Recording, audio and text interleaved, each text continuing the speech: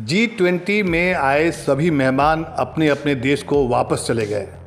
लेकिन क्या आपको पता है कि भारत आए हुए विभिन्न देशों के नेताओं और मेहमानों को भारत की ओर से जाते समय क्या क्या उपहार दिए गए?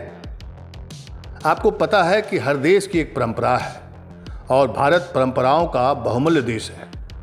आइए हम आपको बताते हैं कि G20 में आए हुए मेहमानों को विदाई के वक्त क्या क्या उपहार दिए गए।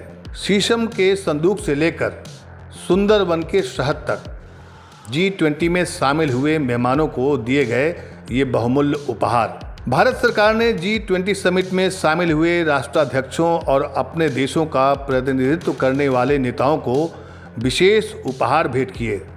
इनमें हस्तनिर्मित कलाकृतियां और उत्पादों का एक क्यूरेटेड संकलन शामिल था, जो भारत की समृद्ध सांस्कृतिक परंपराओं के बारे में बताता है। इनमें से कुछ उत्पाद सदियों पुरानी परंपराओं से जुड़े हुए हैं और उनकी अद्वितीय कारीगरी और गुणवत्ता के लिए दुनिया भर में नाम है। इन्हें कुशल कारीगरों के हाथों से सावधानी पूर्वक तैयार किया गया है। कुछ उत्पाद हमारे देश की अनूठी जैव विविधता का परिणाम है।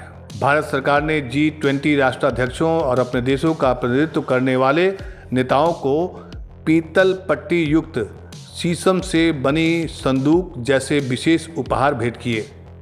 इस संदूक को शीशम, भारतीय शीशम का उपयोग करके हाथ से तैयार किया गया है, जो इसकी ताकत, स्थायित्व, विशिष्ट ग्रेन पैटर्न और समृद्ध रंग के लिए मूल्यवान है।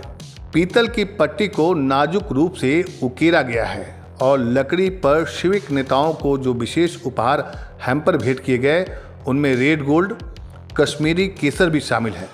केसर, फारसी में इसे जाफरान, हिंदी में केसर कहते हैं, दुनिया का सबसे विदेशी और महंगा मसाला है।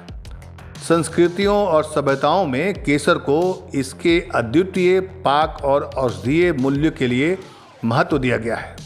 एक शानदार और मांग वाला पाक मसाला होने के अलावा केसर में एंटीऑक्सीडेंट भी प्रचुर मात्रा में उपलब्ध है और ये कई स्वास्थ्य लाभ प्रदान करता है। एम्बेडेड किया गया है, जो इसे एक उत्कृष्ट कृति में बदल देता है।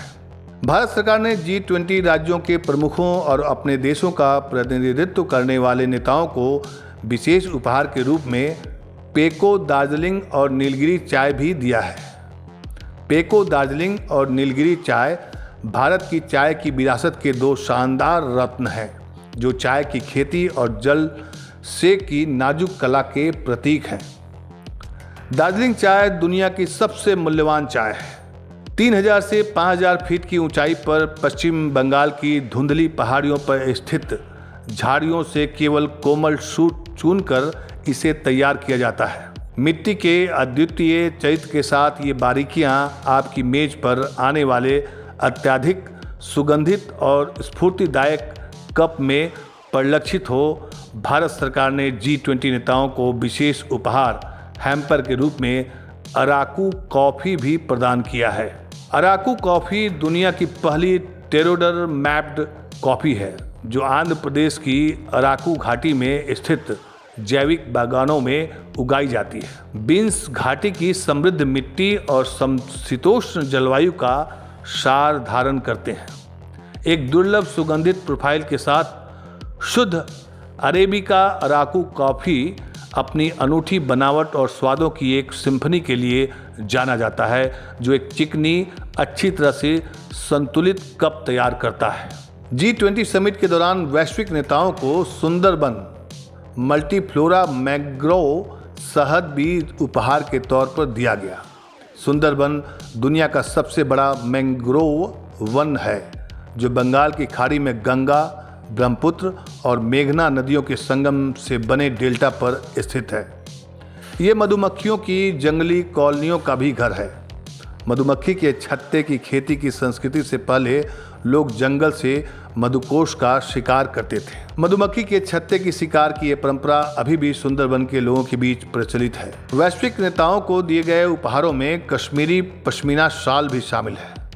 कश्मीरी पश्मीना शॉल के ताने बाने में कई मनमोहक कहानियां बुनी गई हैं। फारसी में पश्म का अर्थ ऊन होता है, लेकिन कश्मीर में यह चांगथांगी बकरी दुनिया की सबसे अनूठी कश्मीरी बकरी के कच्चे अनस्पन ऊन को संदर्भित करता है। समुद्र तल से केवल 14,000 फीट की ऊंचाई पर पाया जाता है।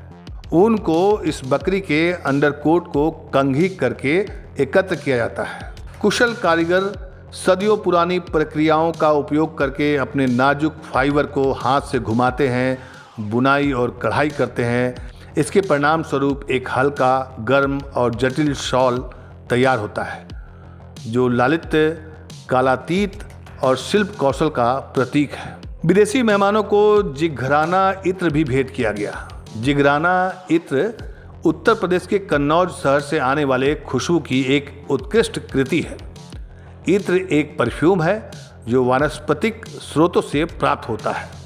ये उत्तम इत्र शिल्प की सदियों पुरानी परंपरा को भी दर्शाता है।